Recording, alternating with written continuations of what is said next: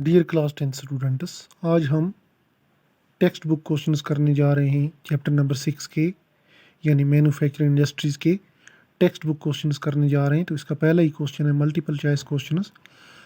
Which of the following industries uses limestone as a raw material? कौन सी industry limestone को raw material के तौर पे इस्तेमाल करती है, खाम माल के तौर पे इस्तेमाल करती है? तो इसका सही आंसर है सीमेंट इंडस्ट्री। दूसरा, विच one of the following agencies market steel for the public sector plants? Hindustan में पब्लिक सेक्टर प्लांट्स के लिए कौन सी एजेंसी जो है वो आयरन और स्टील की मार्केटिंग करती है? तो ये है सेल। हेल भी नहीं है, टाटा स्टील भी नहीं है, एमएनसीसी भी नहीं, ये SAIL, steel authority of India limited.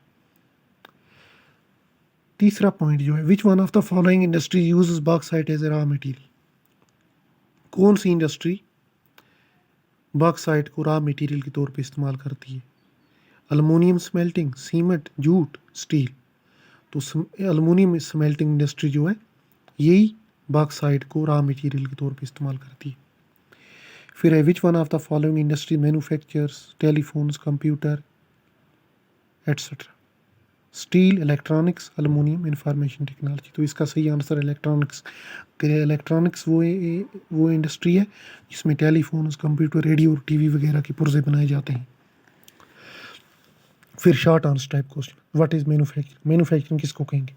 Production of goods in large quantity after processing them from the material into valuable finished and usable products is called manufacturing. Manufacturing कहते हैं जब हम रॉ मटेरियल का यूज़ करके किसी भी raw material को finished product में तब्दील करते हैं, यूजेबल प्रोडक्ट में तब्दील करते हैं, तो उसको हम कहते हैं कि ये जो है ये मैन्युफैक्चरिंग है। तो जिस तरीके से मैन्युफैक्चरिंग इंडस्ट्रीज़ हैं जैसे आयरन और स्टील इंडस्ट्री है, टेक्सटाइल इंडस्ट्री वगैरह है, तो मैन्युफैक्चरिंग इंडस्ट्रीज़ हैं।